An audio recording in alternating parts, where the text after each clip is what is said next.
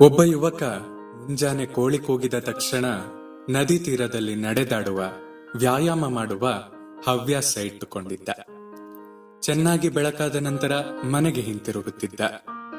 ಒಂದು ದಿನ ಏಕೋ ಏನೋ ಕೋಳಿ ಬಹಳ ಬೇಗನೆ ಕೂಗಿತು. ಎಂದಿನಂತೆ ಯುವಕ ಎದ್ದು ನದಿ ತೀರಕ್ಕೆ ಬಂದು ನಡೆದಾಡತೊಡಗಿದ. ಎಷ್ಟು ನಡೆದರೂ ಬೆಳಕು ಹರಿಯಲೇ ಇಲ್ಲ.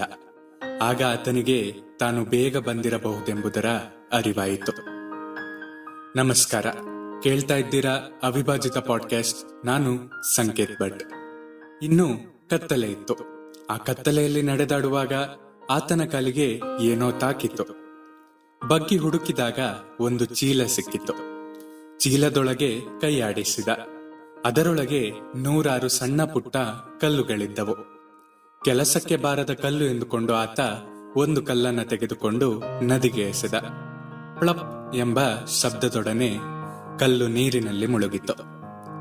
ಆ ಶಬ್ದ ಆತನಿಗೆ ಒಂದು ರೀತಿ ಖುಷಿ ಕೊಟ್ಟಿತ್ತು. ಆತ ಒಂದು ಕೈಯಲ್ಲಿ ಚೀಲವನ್ನು ಹಿಡಿದ, ಮತ್ತೊಂದು ಕೈಯಿಂದ ಚೀಲದೊಳಗಿನ ಒಂದೊಂದು ಕಲ್ಲನ್ನು ನದಿಗೆ ಎಸೆಯುತ್ತಾ ಹೋದ.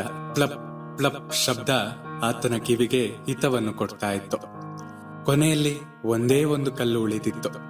ಅಷ್ಟು ಹೊತ್ತಿಗೆ ಬೆಳಕು ಹರಿದಿತ್ತು. ಅದನ್ನು ಎಸೆಯುವ ಮುಂಚೆ ಒಮ್ಮೆ ಗಮನಿಸಿದ. ತಕ್ಷಣ ಹಣೆ ಚಚ್ಚಿಕೊಂಡ. ಲಬೋ ಲಬೋ ಎಂದು ಬಾಯಿ ಬಡಿದುಕೊಂಡ. ಏಕೆಂದರೆ ಕೈಯಲ್ಲಿ ಉಳಿದಿದ್ದ ಕಲ್ಲು ಸಾಮಾನ್ಯ ಕಲ್ಲಾಗಿರಲಿಲ್ಲ, ವಜ್ರದ ಕಲ್ಲಾಗಿತ್ತು. ಅಂದರೆ ಅದುವರೆವಿಗೂ ಆತ ಬಿಸಾಡಿದ ಕಲ್ಲುಗಳೆಲ್ಲ ವಜ್ರದ ಕಲ್ಲುಗಳಾಗಿದ್ದವು. ಈ ಕಥೆಯಲ್ಲಿ ಬಹಳ ಅರ್ಥ ಅಡಗಿದೆ. ಅದೇನೆಂದ್ರೆ, ಪ್ರತಿದಿನ ಮುಂಜಾನೆ ನಮಗೂ ಒಂದು ಚೀಲ ಸಿಗುತ್ತದೆ. ಅದರಲ್ಲೂ ಬೆಲೆ ಬಾಳುವ ವಜ್ರಗಳಿವೆ. ಅಲ್ಲಿರುವುದು 10-20 ವಜ್ರಗಳಲ್ಲ, ಅಲ್ಲಿರುವುದು 1440 ವಜ್ರಗಳು. ಆ ವಜ್ರಗಳು ಯಾವುವು ಗೊತ್ತೇ? ಒಂದು ದಿನಕ್ಕೆ 24 ಗಂಟೆಗಳು, 1 ಗಂಟೆಗೆ 60 ನಿಮಿಷಗಳು. ಅಂದರೆ ಒಂದು ದಿನಕ್ಕೆ 1440 ನಿಮಿಷಗಳು. ಅವುಗಳ ಬೆಲೆಯನ್ನು ಅರ್ಥ ಮಾಡಿಕೊಂಡು ಬಳಸಿದರೆ ಒಂದೊಂದು ನಿಮಿಷವೂ ಅಮೂಲ್ಯ ವಜ್ರ.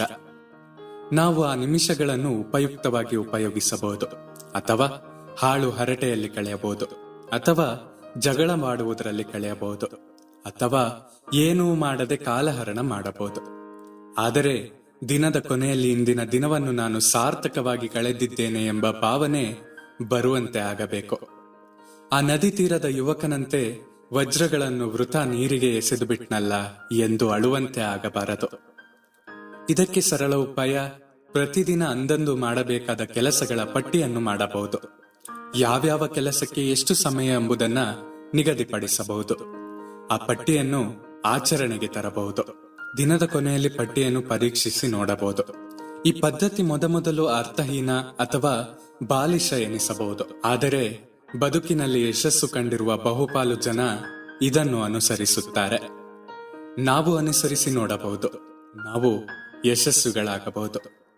ನಿಮ್ಮ ಪ್ರೀತಿ ಹಾಗೂ ಪ್ರೋತ್ಸಾಹ ಸದಾ ಹೀಗೆ ನನ್ನ ಮೇಲೆ ಇರಲಿ. ನಿಮ್ಮ ಅನಿಸಿಕೆಗಳನ್ನ ನನ್ನ ಬಳಿ ಹಂಚಿಕೊಳ್ಳಿ. ಸದಾ ಕೇಳ್ತಾ ಇರಿ ಅವಿಭಾಜಿತ ಪಾಡ್ಕಾಸ್ಟ್. ನಾನು ಸಂಕೇತ್ ಭಟ್. ಧನ್ಯವಾದಗಳು.